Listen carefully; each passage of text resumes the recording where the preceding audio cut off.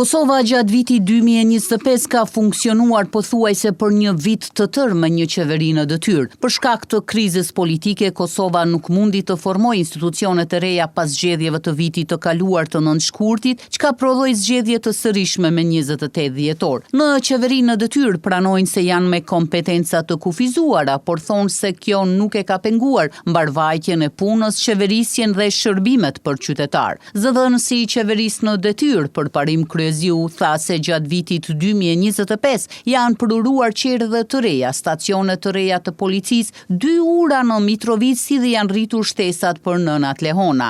Pastaj, thot Kryeziu, ushtrinë e kemi forcuar me drona amerikan dhe po gjatë kësaj periudhe ka shtuar Kryeziu se Kosova është anëtarësuar me të drejta të plota në EQAR dhe Aleancën Evropiane për praktikën profesionale.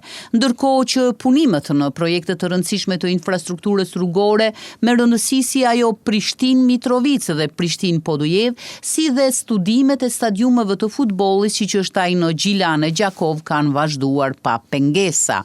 Mirë po, hulumtuesi në grupin për studime juridike dhe politike, Liridon Salihu, pohon se qeveria në detyrë ka pasur ndikim të konsiderueshëm, pavarësisht kufizimeve që i njeh legjislacioni në fuqi. Rrjedhimisht, secili vendim pra kur marr në prezencë ato si anëtarë të qeverisë kanë qenë deputet të zgjedhur e të certifikuar, ne kuptojmë që ato vendime janë të kundërligjshme.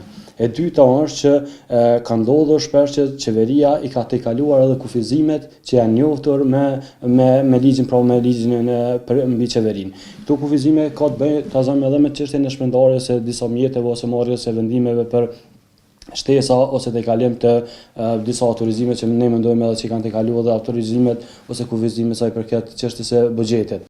Ndërsa hulumtuesi në Institutin e Kosovës për drejtësi, Naimi Akaj thot se qeveria në detyrë nuk e ka perceptuar veten si të kufizuar në ushtrimin e kompetencave. Keni parasysh qeveria ka miratuar dhe ligj për ndarje buxhetore për të cilën ajo nuk ka mandat. Ajo ka miratuar edhe pagën minimale për të cilën nuk ka mandat. Ajo ka përcjell në Kuvend të Kosovës edhe vendimet për miratimin e buxheteve të komunave të Kosovës.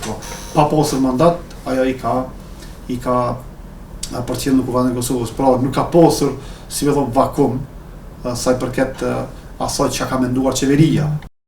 Sipas ligjit për qeverinë, një qeveri në detyrë ka mandat të kufizuar dhe nuk mund të marrë vendime me ndikim afatgjat politik, financiar apo institucional. Megjithatë, sipas vlerësimeve të monitoruesve të punës së ekzekutivit, ky parim është tejkaluar në mënyrë të vazhdueshme.